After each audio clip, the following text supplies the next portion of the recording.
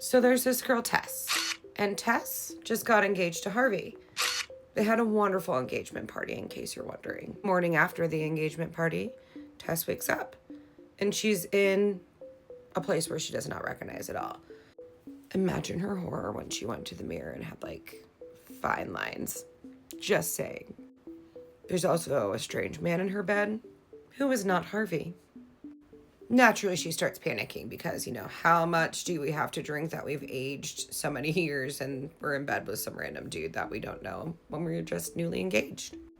Well, it turns out our friend Tess here was in a rather serious car accident. And the man in her bed, well, that's her husband, Graham. They've been married for a couple years now. The accident happened a little over a year ago. And so now she's kind of like having a Lucy experience. I don't know if you've seen 50 First Dates, where her brain resets every night. So when she goes to bed, she doesn't remember anything the next day. In fact, the last day she remembers was the engagement party 7 years ago. Well, naturally, as any human might be in this scenario, she's a little apprehensive of the situation. She's like, that sucks. That really sucks, right? Wouldn't that suck?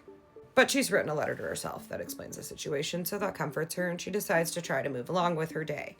So she goes to the bathroom. And when she goes to the bathroom, she finds a little note that she's written to herself on her upper thigh. And all it says is, "Find Harvey."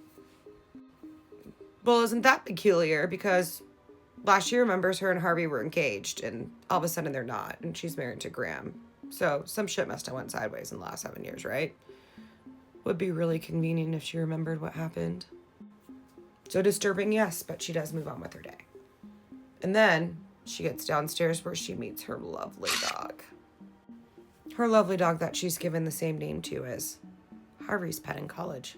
Weird. Why would she do something like that? I'm going to tack on a double weird here because the dog absolutely hates her husband, Graham. And anyone that's ever had a dog knows that's a giant red flag. Dogs are better than people.